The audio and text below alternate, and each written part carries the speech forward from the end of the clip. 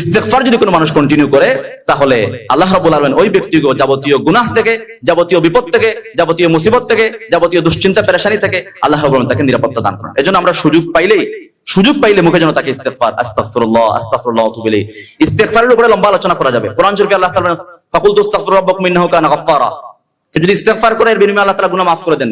যুরসিলিস সামা আলাইকুম মিদরারা, আকাশ থেকে বৃষ্টি দান করেন। ওয়ায়ুমদিদকুম বিআমওয়ালিন ওয়া বানিন, কেউ যদি অভাবী হয়, অসচ্ছল হয়, আর্থিক অভাবগ্রস্ত হয়, নিঃসন্তান হয়, আর ইস্তেগফার করে, এর বিনিময়ে আল্লাহ তাআলা তার অভাব দূর করে দেন। এর বিনিময়ে আল্লাহ তাআলা তাকে সুসন্তান দিয়ে শক্তিশালী করেন, সমৃদ্ধ করেন। এজন্য সম্পদ বাড়ানোর, রিজিক বাড়ানোর, রিজিকে বরকত হওয়ার, দুশ্চিন্তা মুক্ত জিন্দেগি। অনেকে ডিপ্রেশনে আক্রান্ত হয়ে যায়, ডিপ্রেশন, হতাশ, মাঝে মধ্যে নিজেরাও হতাশ হয়ে যায়।